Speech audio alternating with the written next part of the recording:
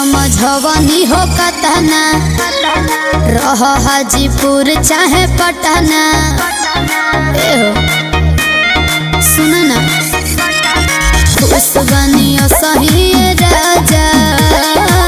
रुपया का होई बोला तना फूल जस दिलवा के तूर गइले हमर राजा जहाजिया से उड़ गइले हमर राजा जहाजिया से उड़ गइले।